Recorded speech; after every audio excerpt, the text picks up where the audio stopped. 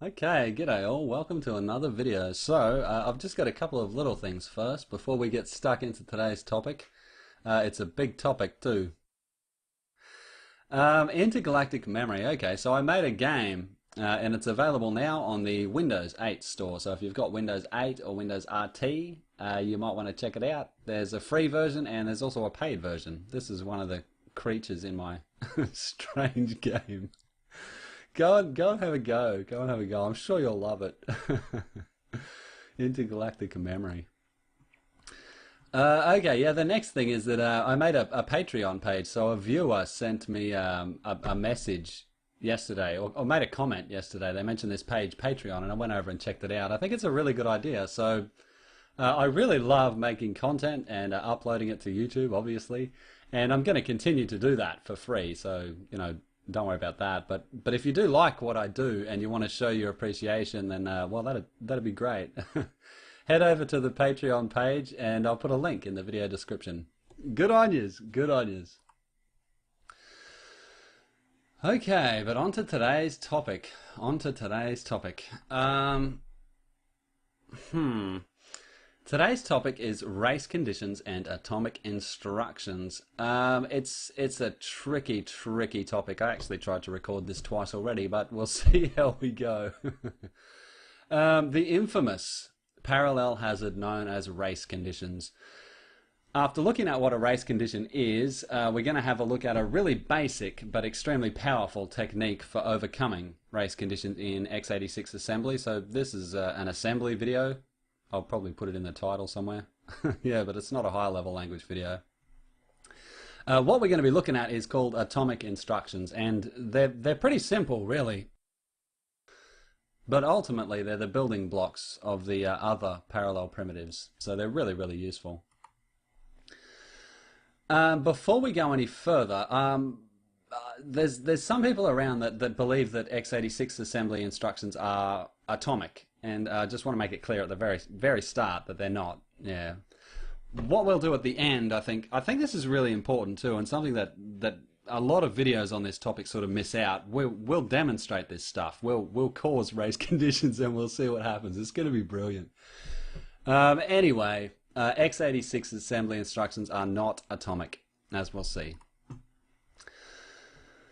Alrighty, so shared resources. Some of the resources, like your registers, are not shared between threads. So it doesn't matter if a thread updates its RCX value or RAX value or whatever. The other threads can't see those values. They're not shared, so there's no parallel hazard there. But there's other resources which are shared, and shared resources are really important in parallel programming because they allow message passing. They allow threads to talk to one another, to synchronize and to schedule their actions. They pretty much allow everything in parallel programming. The whole topic of parallel programming revolves around dealing with multiple threads and shared resources. The main shared resource also, I don't think I've mentioned it on here anywhere. The main shared resource that we're talking about at the moment is system RAM, memory, variables in other words. Yeah. Okay, so what I want you to do is picture the instruction inc dword ptr rcx. What's that going to do? Well, if you're new to this topic, it might seem a little bit weird, but that's actually more than one step. Yeah. All of the instructions by default which modify RAM in x86 take three steps at least. In reality, a modern CPU has a pipeline which is something like 20 or more steps long, but to us it's fine to simplify it to these three steps. So what's going to happen is that the core or the thread is going to read the value at RCX into a temporary register. Then it's going to increment the value in the temporary register, so it'll perform whatever this instruction is. If this was an add, then it would add. If it was a sub, then it would sub. It's going to modify it somehow. And then what it's going to do is save the result back to RAM at RCX. So the important thing is these three steps: read, modify, write. Yeah, and every single time we do something with the CPU, like add something in memory or sub something in memory, mul or div or whatever, The Boolean instructions, they always read, modify, write. Yeah, it's not a single step, and that's super, super important. And the reason is this. Let's go through a bit of a problem. So we've got this read, modify, write cycle happening all over the place whilst the CPU updates RAM. But let's see what happens when we've got multiple threads. So it doesn't matter when you've only got one thread. The read, modify, write cycle is just irrelevant. Yeah, you can just imagine everything happening in one step if you've only got one thread. But if you've got two threads, we're talking about parallel programming here, the trouble sort of rears its ugly head. And let's have a look at why. Here's my two threads. So thread 1 and thread 2. They've both got just a simple instruction, inc my var. And right here in the threads, I've written out the three steps: read, modify, write, read, modify, write. Initially, my var starts at 0. And what we expect to happen here, if two threads increment the value 0, what we should get is 2. But let's have a bit of a squeeze. Okay, so time step number 1. Thread 1 reads my var. Yeah, it reads 0 into its temporary variable. Now, at that point, thread 2 is off doing something else over here. Yeah, it's finishing up some other problem that it was working on. We don't know or care what it was. Okay, so step number 2, thread 1 increments temp. So it increments its own copy of my var to 1, but at exactly that same time, thread 2 reads the value of my var. So thread 2 begins its read, modify, write cycle. And the value of my var at that point was 0. Yeah, so thread 2 has read 0 as well. I think you can see there's trouble coming. Thread 1 hadn't saved its 1 to my var yet. Alrighty, so time step number 3. Thread 1 writes the result back to my var. There you go, it puts its 1 back to RAM. And at exactly the same time, thread 2 performs its increment. So thread 2 has a 1 in temp.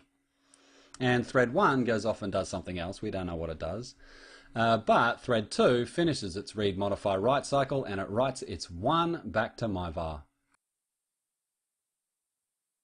And the result is that two threads incremented a variable, but it only went up 1. Now this is generally a mistake. The programmer probably meant to increment the variable twice. And the two threads did actually perform increment, twice, but the problem was that they both incremented the value 0. There's also many other scenarios. What we just went through there is only one of them. You could have thread 1 might quickly come in and do its entire read, modify, write cycle and write 1 to my var, and after that thread 2 might come along, read that 1, increment it, and write 2 to my var. Yeah, so it could work out well. We could actually get the 2 that we want, but the trouble is we're not in control of what's happening here. What's happened here is a race condition. So the two threads are said to race for this shared resource, my var. And it's not in the programmer's control anymore. It's up to the scheduler. The CPU is now deciding what the answer will be in my var. And that's no good. That's no good. Usually, anyway. Okay, so that was a race condition on those previous slides. Let's just have a bit of a chat about what a race condition is not. Multiple threads modifying and reading different variables is not a race condition. Multiple threads reading the same variable but not modifying its value, that's not a race condition either. So a race condition, you have to be updating the value. If you're just reading it, it's not a race condition. What's this one? Multiple threads modifying the same variable atomically? Atomically, what a good idea. We'll get onto that in just a second. But that's not a race condition either. And the last one, two threads sharing a variable with synchronization techniques to prevent the race condition. Yeah, that's not a race condition either. So these last two are really linked together. On your marks, get set, go. Okay, this is going to be a bit strange. This is a little bit of arcanity, but if two threads both try and update the same variable in x86, at least one of them is guaranteed to update successfully. So at least one of those two threads that we saw in that little demonstration a moment ago, and possibly both of them, are going to successfully increment my var. So you could, if you want, use a race condition as a legitimate programming mechanism, and you can use it anytime you only need to know that at least one thread has updated the variable. Yeah, it's still a race condition. The threads are still racing for the shared resource, but it's not always a problem, you know? Yeah. It's a very dangerous way to program, but you can do it if you want. I mean, it's a legitimate programming mechanism, so we shouldn't ignore it. We're going to cause a race condition at the end in programming, which is going to be pretty cool. Alrighty, so that's the problem. That's a race condition. How do we go about fixing it?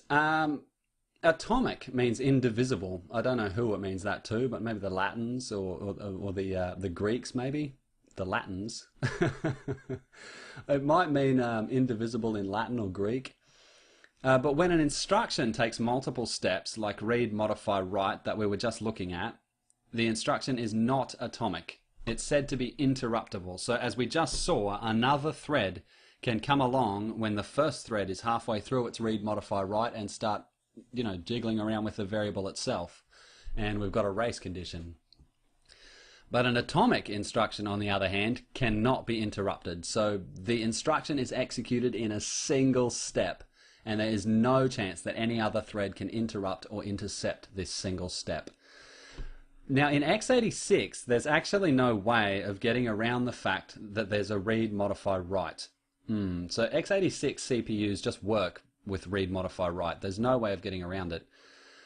So what we need is a way to allow only one thread to read, modify, write at a time, and disallow any other threads to start read, modify, write cycles with a particular variable at some particular point in time. What we need is the lock prefix. Okay, so this is the solution pretty much. Modern x86 CPUs provide a special prefix called the lock prefix.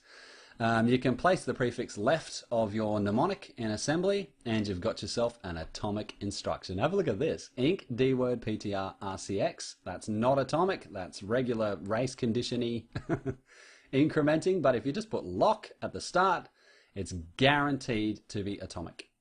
Yeah, so multiple threads could perform this second line just here on exactly the same variable in memory at exactly the same time, and the CPU itself would force them in serial to wait their turn.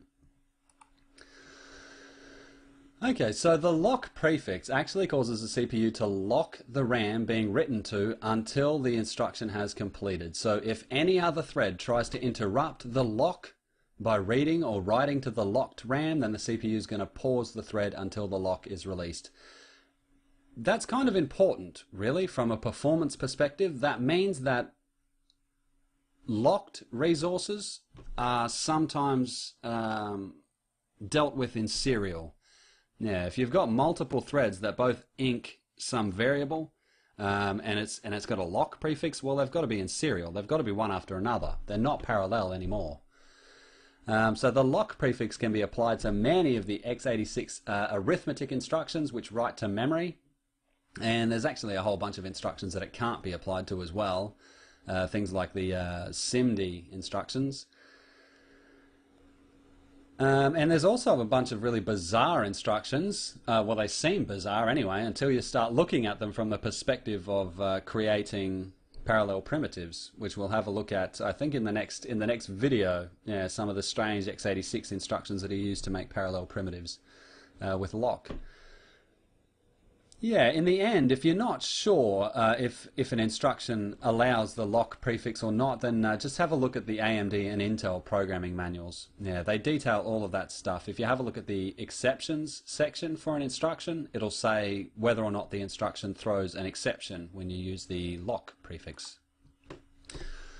Okay, so just a little bit about next time. What we're going to do next time is use the lock prefix with some really special instructions, like I just said, and we're going to try and make some of the parallel primitives like mutexes and semaphores. Oh, these things are classic. Okay, so these little beasts will be the topic of the next video, but before we go today, let's do some coding. This is what we're going to code. So we're going to see what happens well, I might as well just get coding. I will pause the video though and open up Visual Studio. I'll see you in a bit. Okay, here we are in Visual Studio. So I've got the same project open that I made yesterday, maybe? I'm not sure. Check the date. I think it was yesterday, or maybe the day before. I'm just going to alter this a little bit, first of all. I might make this thread start proc. I might call this, oh, well, thread start proc's fine. I'll add it to my C++ as a declaration so that we can call it here in the main thread as well. So it returns void and it takes an int star I. Okay, so what we're going to want to do is our create thread in ASM is going to come along here in assembly, just here. It's going to create the thread and jump to here in thread start proc, but we also want to be able to call that function in our C++ so that we can get both threads running that function. So I might call that function here thread start proc ampersand I. Okay, that's pretty good so far. So at the moment it just has an inc. Yeah, we'll get to this loop in just a second. I'm sort of just figuring out what to do. So we also, at the end, before we print out the result of I, the final value after these loops of incrementing I, we actually want to wait for the second thread to finish. So the first thread, the main thread, is going to call create thread in ASM, which is going to create a new thread, and it's going to come here and do its loop. But we want to make sure that that thread has finished. So we might use it's wait for single object. Wait for single object, and we need a thread handle. Hold on.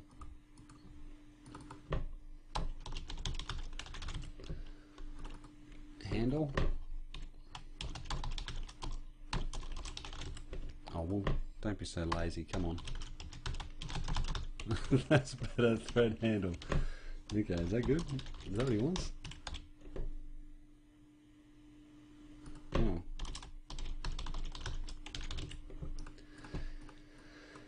Infinite. Okay, so that's probably going to look a bit weird.